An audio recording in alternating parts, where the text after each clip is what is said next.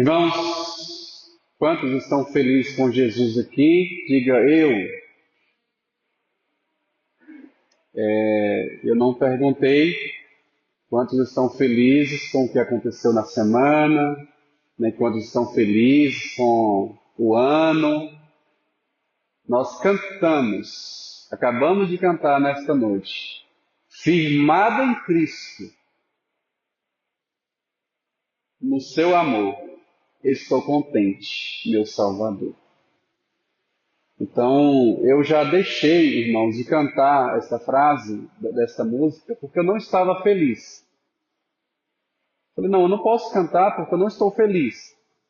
Mas quando nós paramos para pensar no início da frase, firmada em Cristo, no seu amor. Quando eu estou firmada em Cristo, mesmo quando não tenha tido uma semana boa, como eu gostaria, eu posso estar feliz com o meu Salvador. E eu desejo então essa graça na sua vida, neste momento. Vamos meditar na palavra do Senhor.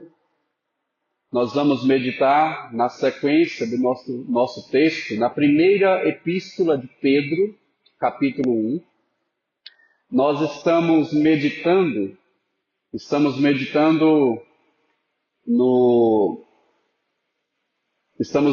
nesta primeira carta de Pedro, e o tema desta série de exposição bíblica é verdades eternas para tempos difíceis.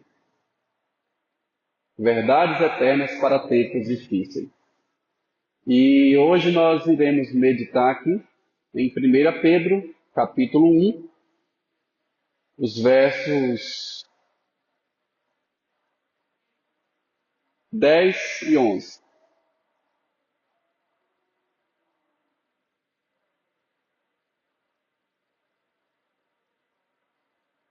Primeira Pedro, capítulo 1, versos 10 e 11.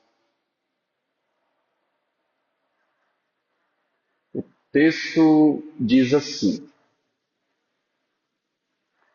Foi a respeito desta salvação que os profetas indagaram e inquiriram, os quais profetizaram acerca da graça a vós outros destinada, investigando atentamente qual a ocasião ou quais as circunstâncias oportunas, indicadas pelo Espírito de Cristo, que neles estavam, a eles foi revelado que não para si mesmos, mas para vós outros, ministravam as coisas que agora vos foram anunciadas por aqueles que, pelo Espírito Santo, enviado do céu, vos pregaram o Evangelho, coisas estas que os anjos anelam perscrutar.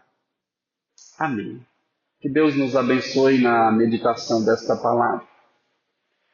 Irmãos amados, na pregação de domingo passado, eu falei sobre os 5 benefícios da salvação de Deus, baseado aí nos versículos 3 a 9 dessa primeira carta. E só para aqueles que vieram se lembrar e aqueles que não estavam aqui memorizar e aprender, os 5 benefícios são esperança viva, herança segura, salvação exultante, fé autêntica e alegria gloriosa. Esses são os 5 benefícios da salvação de Deus. Concluindo esta introdução desta carta, que vai do versículo 1 ao versículo 12, concluindo esta introdução, hoje nós veremos sobre a unidade da revelação divina.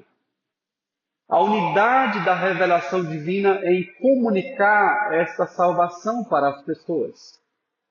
Nós veremos que desde o Antigo Testamento ao Novo Testamento há uma unidade nessa comunicação da salvação divina.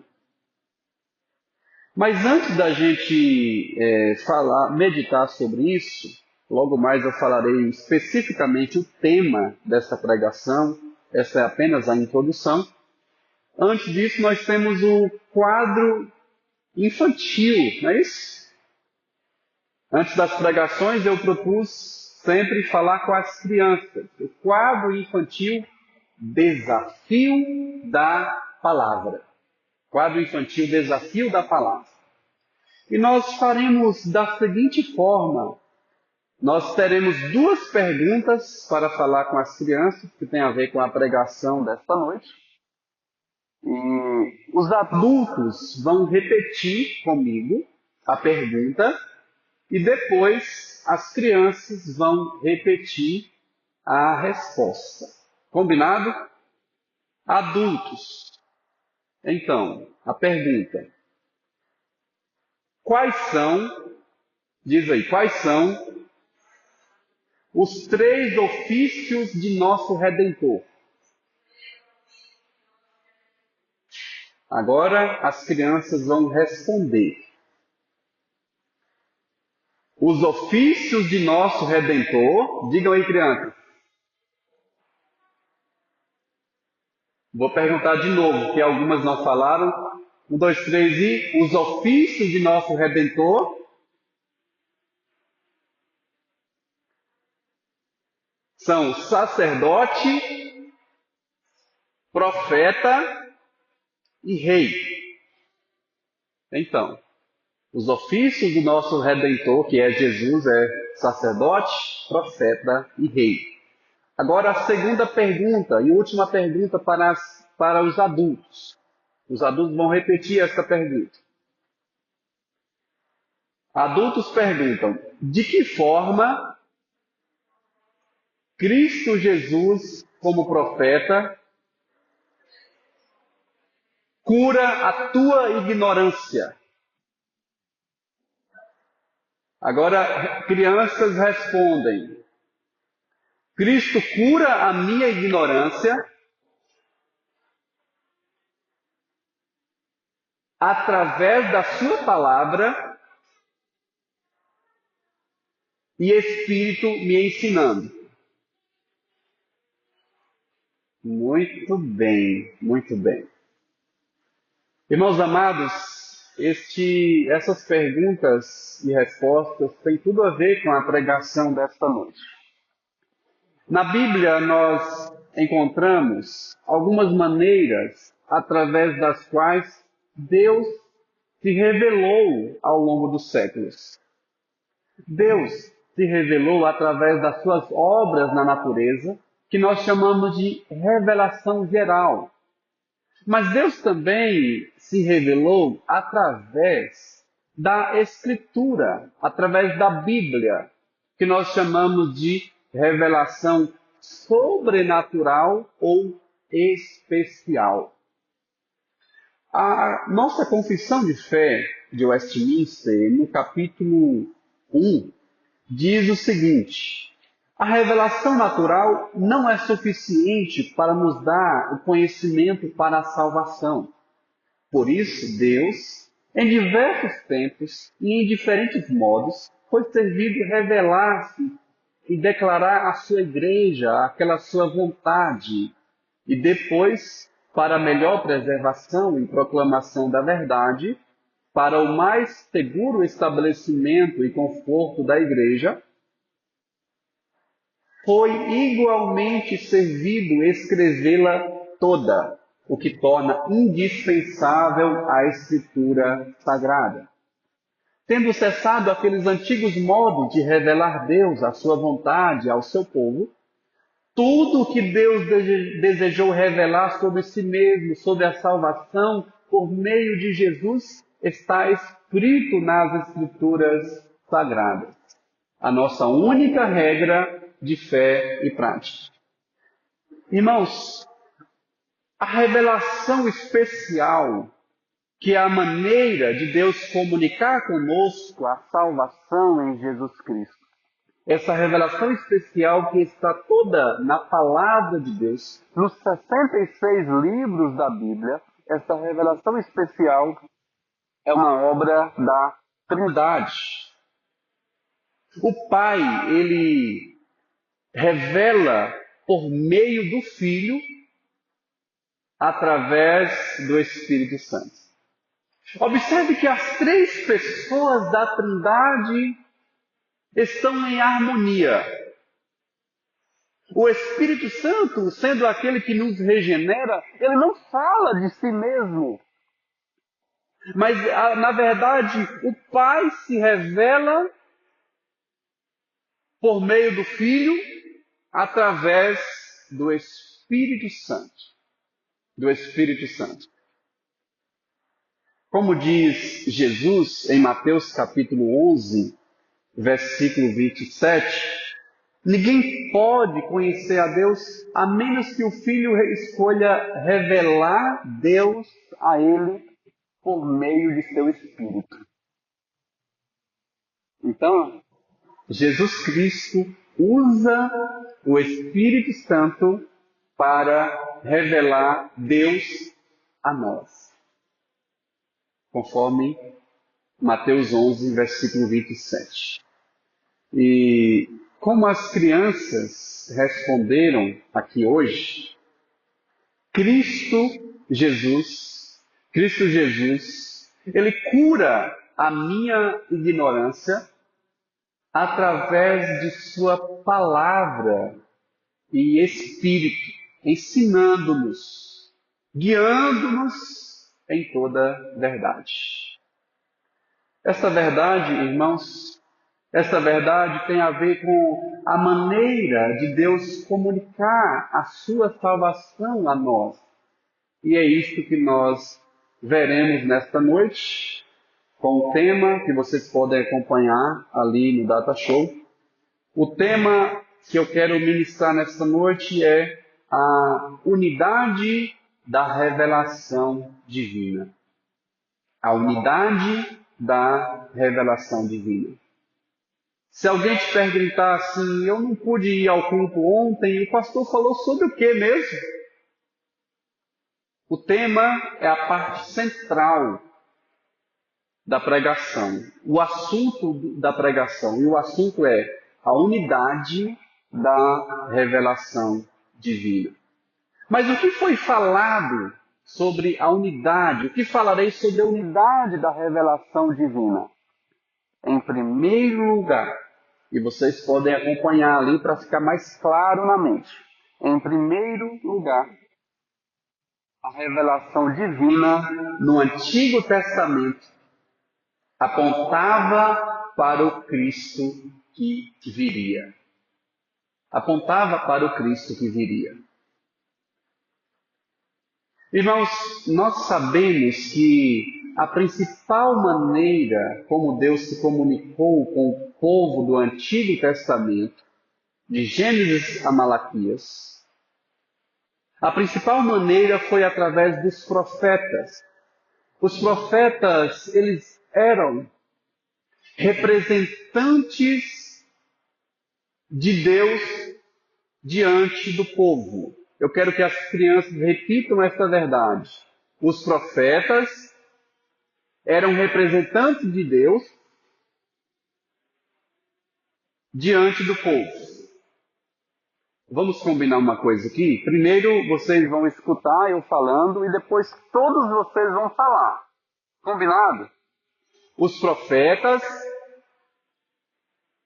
eram representantes de Deus diante do povo. Muito bem.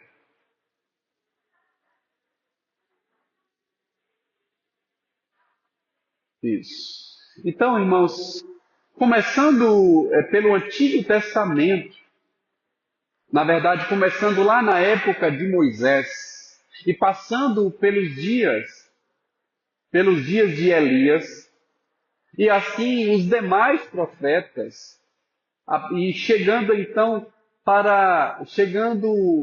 no ministério profético de Cristo Jesus. Então esses profetas eram canais da revelação divina, eles registraram os seus escritos, assim como os autores do Antigo Testamento. E o versículo 10 aí do texto que você tem em mãos, 1 Pedro capítulo 1, versículo 10, diz que esses profetas, eles investigaram, eles inquiriram, isto é, eles investigaram e procuraram saber diligentemente a respeito da graça que foi dada aos primeiros leitores. Quando as pessoas leram 1 Pedro pela primeira vez. E quando nós estamos lendo e meditando também aqui nesta noite. O verso 11 diz que esses profetas que eram representantes de Deus diante do povo, esses profetas fizeram uma pesquisa. Eles investigaram atentamente qual a ocasião ou quais as circunstâncias oportunas para a manifestação desta graça. Como diz a versão linguagem de hoje, os profetas procuraram saber em que tempo e como esta salvação iria acontecer. Em que tempo e como essa salvação iria acontecer. Em Mateus capítulo 13, quando Jesus explica a parábola do semeador, ele diz que muitos reis e muitos profetas desejavam ver as coisas que os discípulos estavam vendo e, no entanto, não viram. Então, irmãos, nós estamos diante de um grande privilégio de termos a revelação de Deus completa para nós.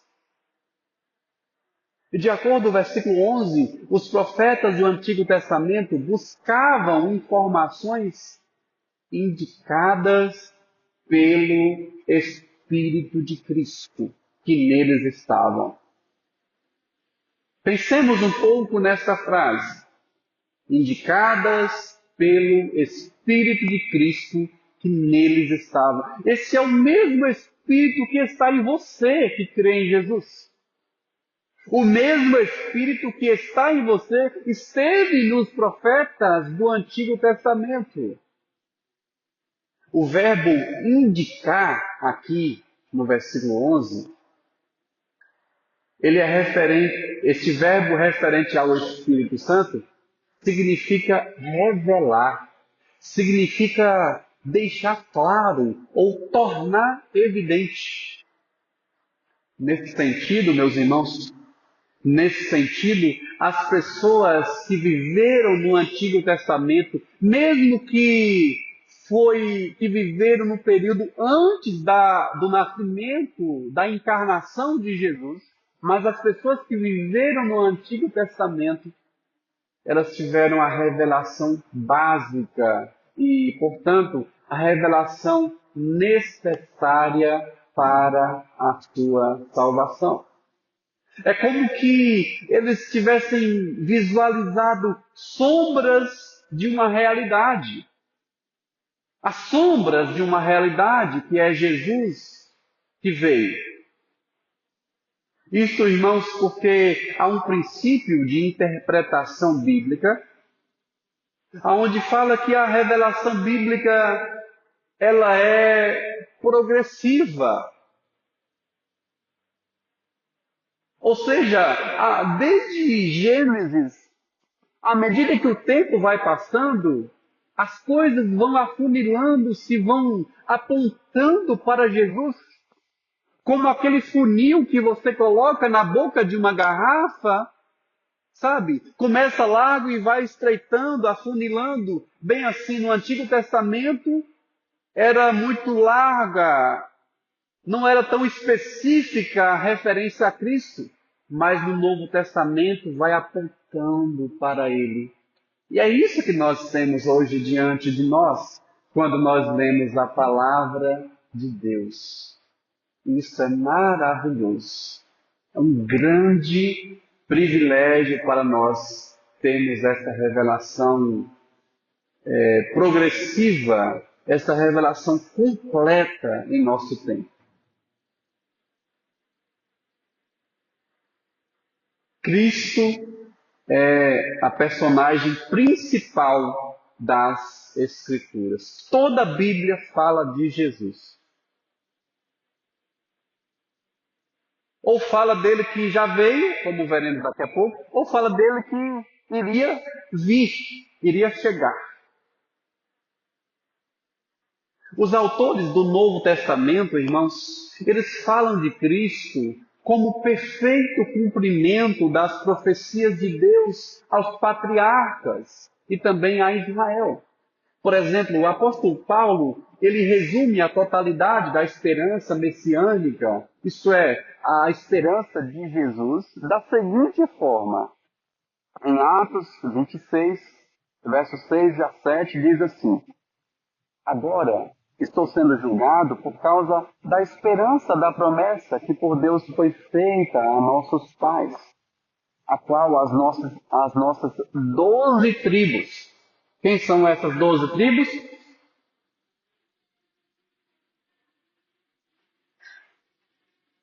Rapaz, isso mesmo, os 12 filhos de José ou de Jacó. Então o que o apóstolo Paulo diz é que a esperança dele, ela era a mesma esperança dita aos 12 filhos de Jacó. Rubem, Simeão, Levi, Judá, Issacar, Zebulon, José, Benjamim, Dan, Naftali, Gade, Azé. Isso mesmo, Tito. Aprendeu direitinho. Então, Paulo, ele interpreta o Novo Testamento à luz do Antigo Testamento, irmãos.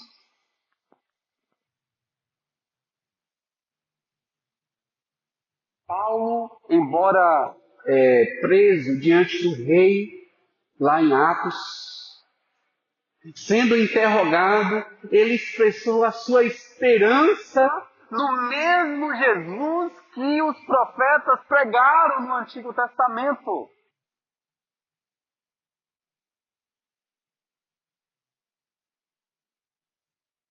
Agora, olhe aí, por favor, no versículo 11, 1 Pedro 1, verso 11, diz que esses profetas do Antigo Testamento, eles procuraram saber que tempo e como esta salvação iria acontecer, ao dar de antemão testemunho sobre os sofrimentos referentes a Cristo.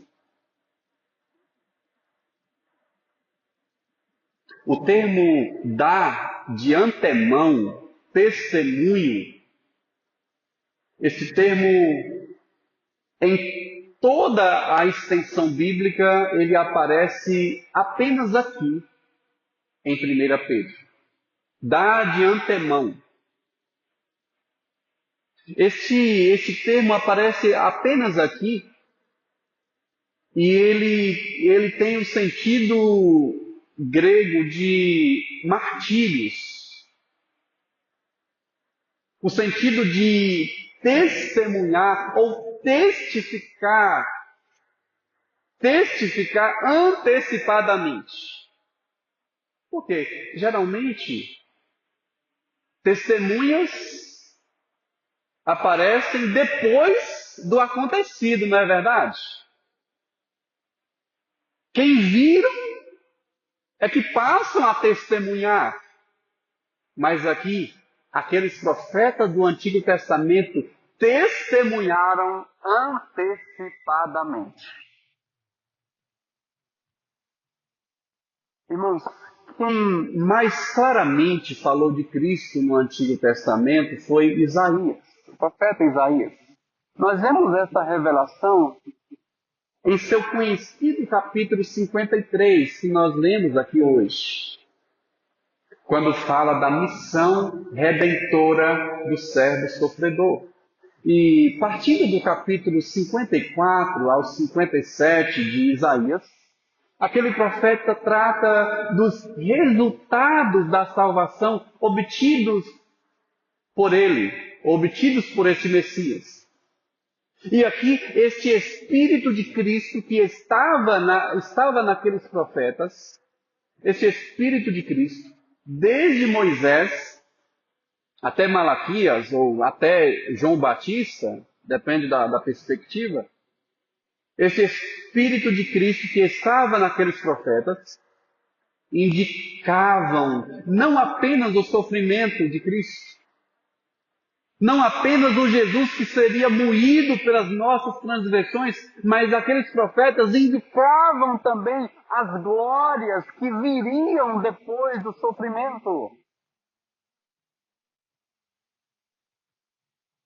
Os sofrimentos mencionados aqui, neste texto, e mais 3 vezes nessa epístola, têm um sentido de sofrimento vicário, o sofrimento substitutivo de Cristo Jesus. Ele demonstra afeto de quem sofre a fim de salvar os outros. O apóstolo Pedro fala desse assunto apontando sempre para Cristo. Ele diz que sofrimentos como aqueles experimentados pelos destinatários dessa carta, sofrimentos como aqueles estavam se cumprindo na irmandade deles, na vida dos outros cristãos. Contudo, aqueles cristãos deveriam alegrar-se. Deveriam alegrar-se à medida que fossem participantes do sofrimento de Cristo, para que também na revelação de sua glória alegrassem exultando. Como nós cantamos hoje aqui na escola dominical, ao cantarmos o hino 354, o hino da escola bíblica, e verás, pois, no dia ditosos, a vitória do bem sobre o mal. Ditosos, cheios de alegria, felizes. Então, o sofrimento de Cristo Jesus aponta para a alegria da sua glória e ressurreição. Mas, partindo agora para a segunda parte desta pregação, além de apontar para o Messias, o Cristo que viria, em segundo lugar, a revelação divina no Novo Testamento aponta para o Jesus que já veio. Aponta para o Jesus que já veio. Você pode acompanhar aí no versículo de número 12, quando diz que os profetas falaram a respeito das verdades que vocês têm ouvido lá. E ele diz assim, agora,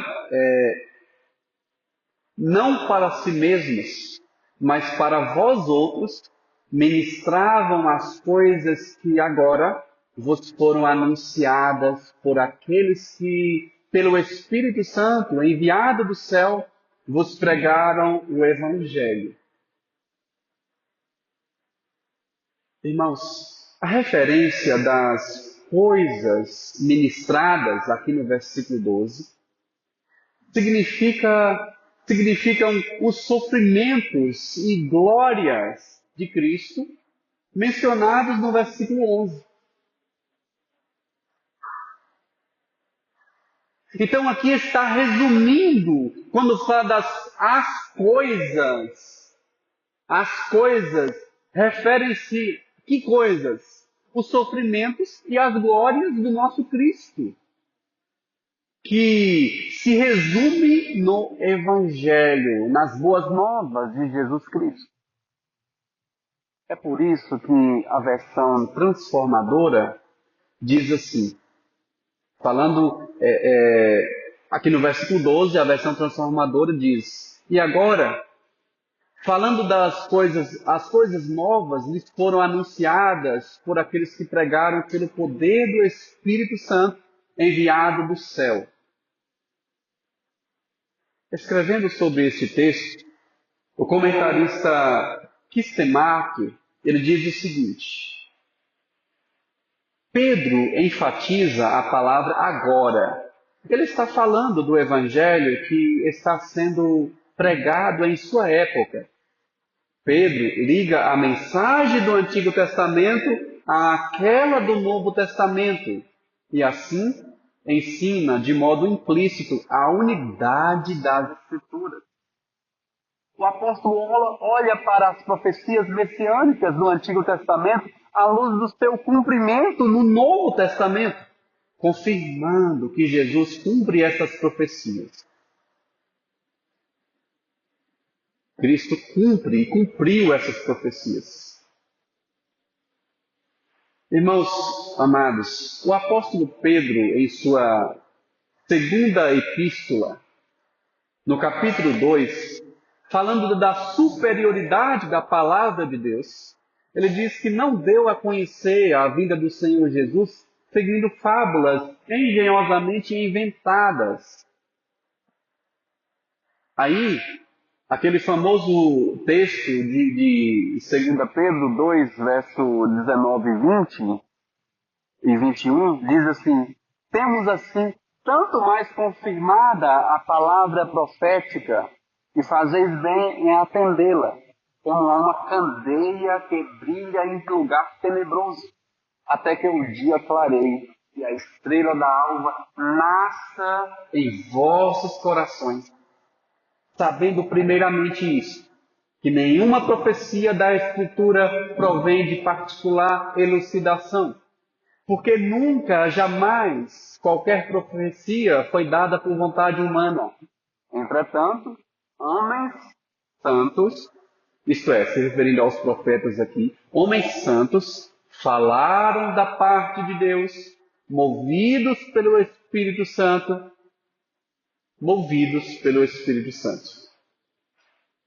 Ou seja, este Espírito de Cristo que está em nós que cremos na salvação, estava lá nos apóstolos. E nesse mesmo sentido, meus irmãos, Atos capítulo 13, verso 32 e 33, o apóstolo Paulo diz assim: nós vos anunciamos o evangelho da promessa feita a nossos pais, como Deus a cumpriu plenamente a nós, ressuscitando Jesus Cristo. Ou seja, a ressurreição de Cristo é o cumprimento daquilo que os profetas falaram. Inclusive no texto que nós lemos na liturgia deste culto, Isaías 53, já em Isaías 53 já fala da ressurreição de Cristo.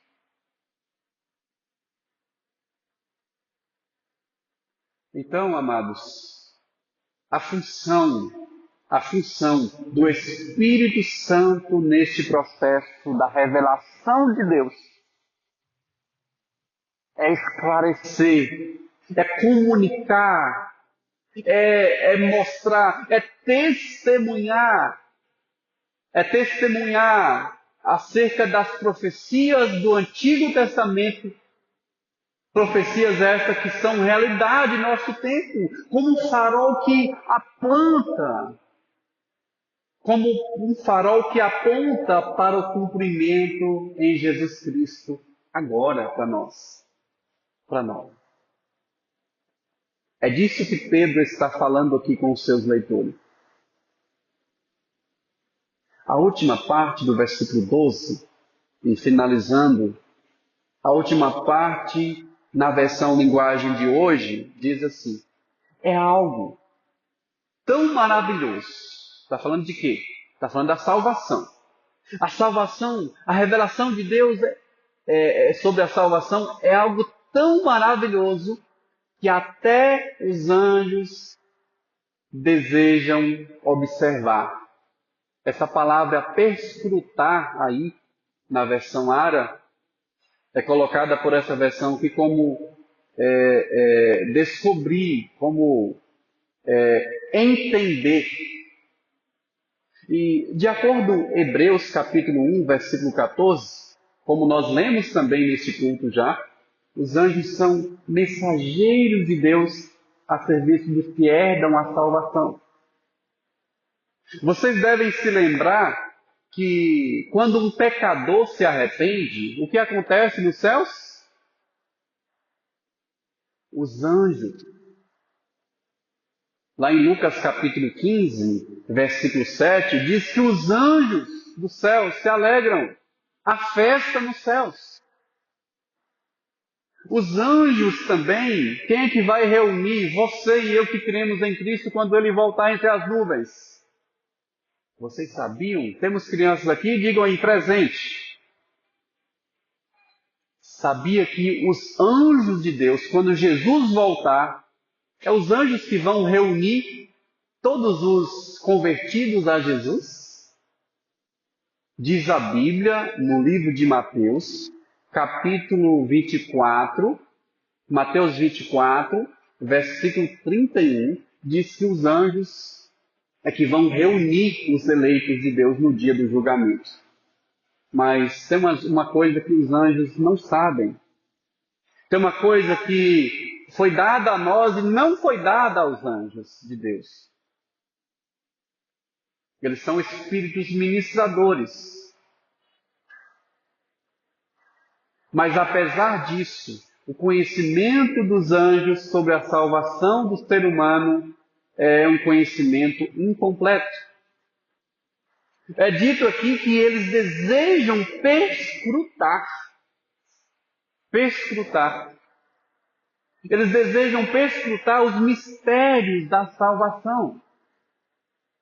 O mesmo autor que eu citei anteriormente, o comentarista bíblico Kissemaker, comentaristas são aquelas pessoas estudiosas que estudaram e escreveram comentários sobre os textos.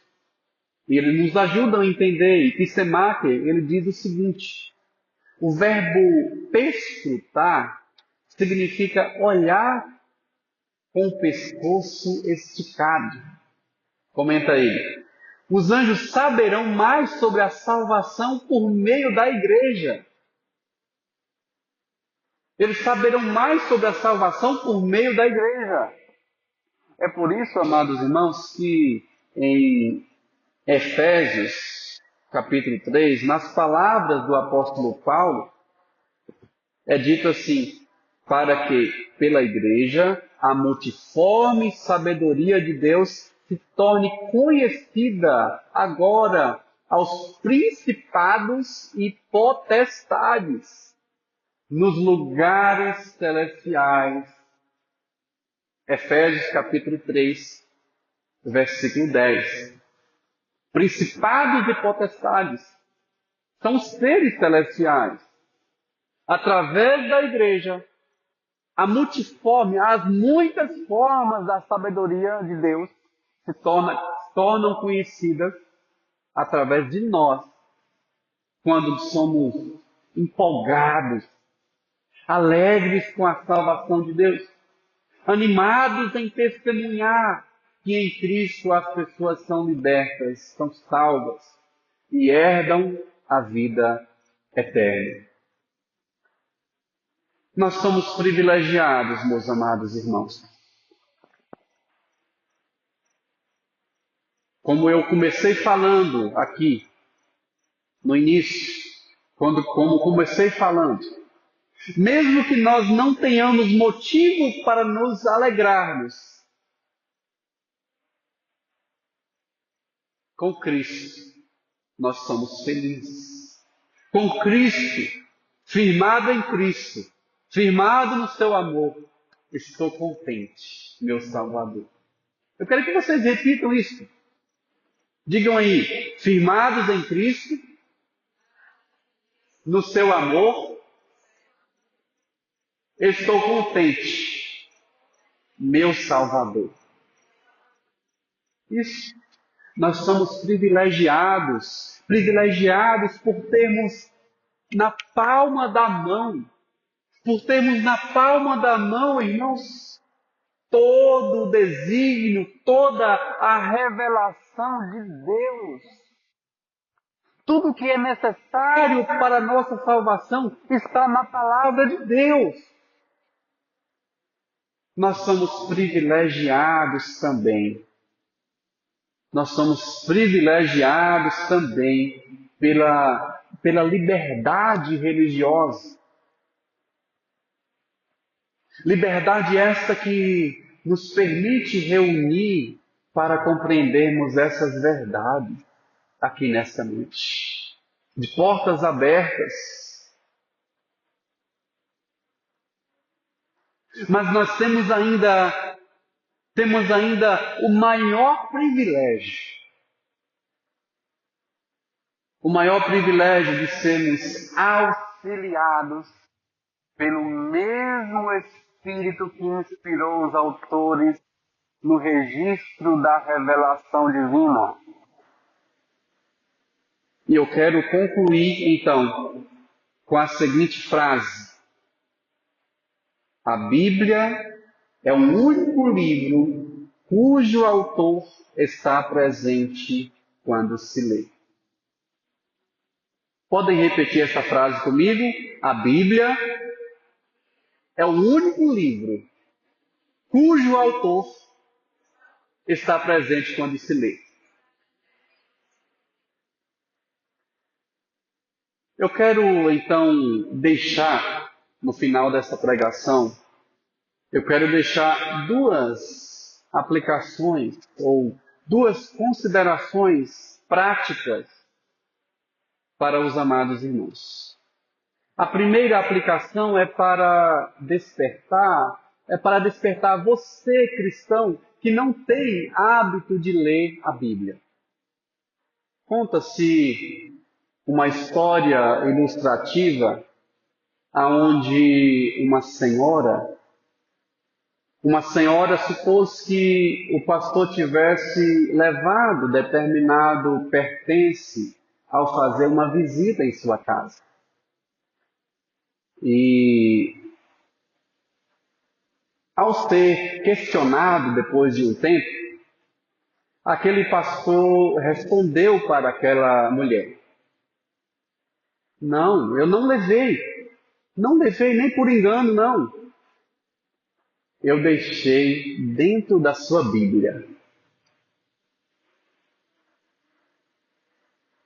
Eu deixei dentro da sua Bíblia.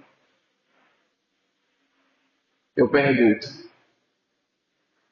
se eu fosse à sua casa esta semana, se eu fosse à sua casa amanhã, e escondesse um pertence seu dentro de sua Bíblia, você o encontraria até domingo? Pense nisso. A segunda aplicação que eu deixo para vocês é para você que tem lido, deseja ler, mas não entende muita coisa e não sabe como extrair verdades para a sua nutrição espiritual. Quantos comeram aqui? Diga eu. Pouca gente comeu hoje, hein?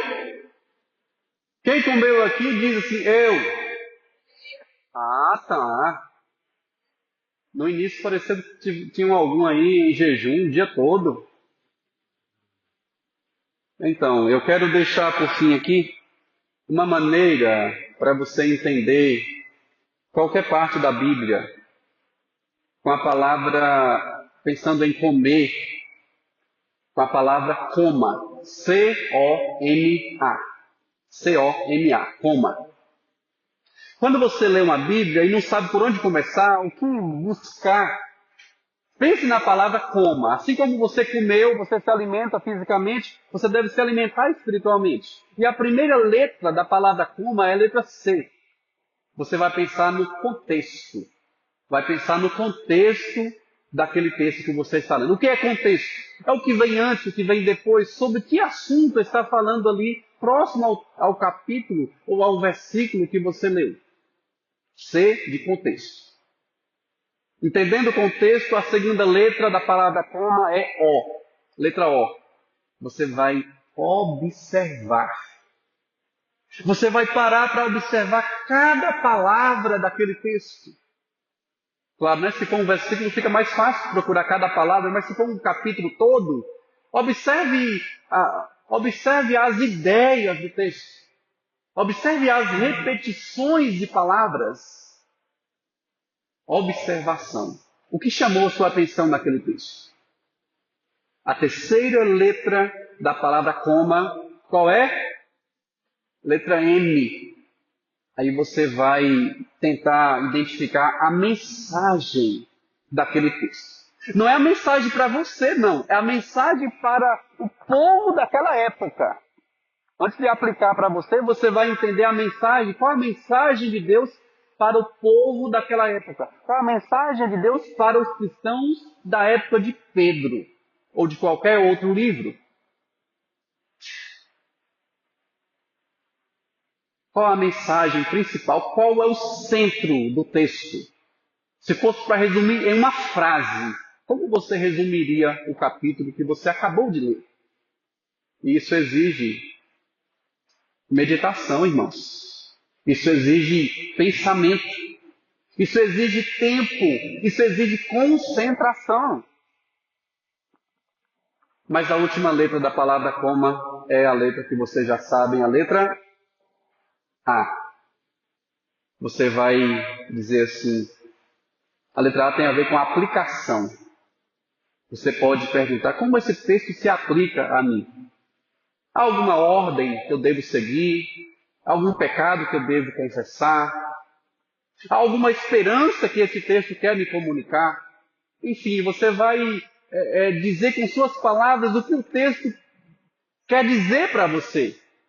Primeiro a mensagem dele para a época que ele foi escrito. E depois a aplicação, que é a mensagem dele para a sua vida. Coma: contexto, observação, mensagem, aplicação. O que eu acabei de falar agora? Contexto,